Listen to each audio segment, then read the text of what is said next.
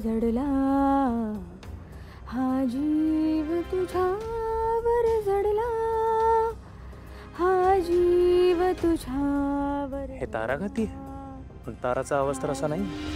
हा आवाज खूपच वेगळा वाटतोय का?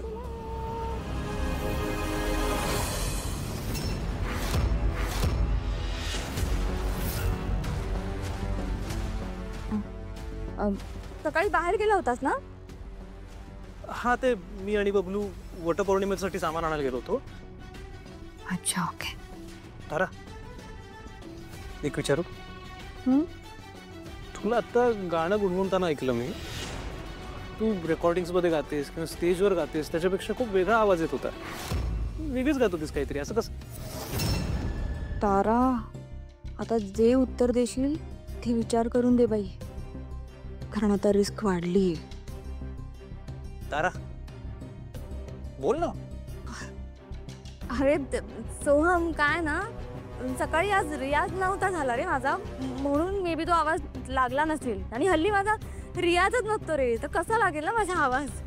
आणि मेन म्हणजे मी बाथरूम मध्ये गात होते ना, तर तो एको ऐकू येत होता मे बी तुला, असं मला वाटतंय. आणि ते अकाउस्टिक नव्हतं ना, म्हणून ते तुला. बरं बरं बरं, ओके ओके ओके, समजलं समजलं. तारा, आज तू उपवास करणार आहेस, तर मी पण तुझ्याबरोबर उपवास करेन.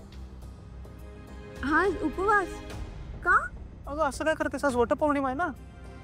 आणि मॅडम, आता आपलं लग्न झालंय, त्यामुळे आपण हे रिच्युअल्स फॉलो करायला हवेत, बरोबर ना?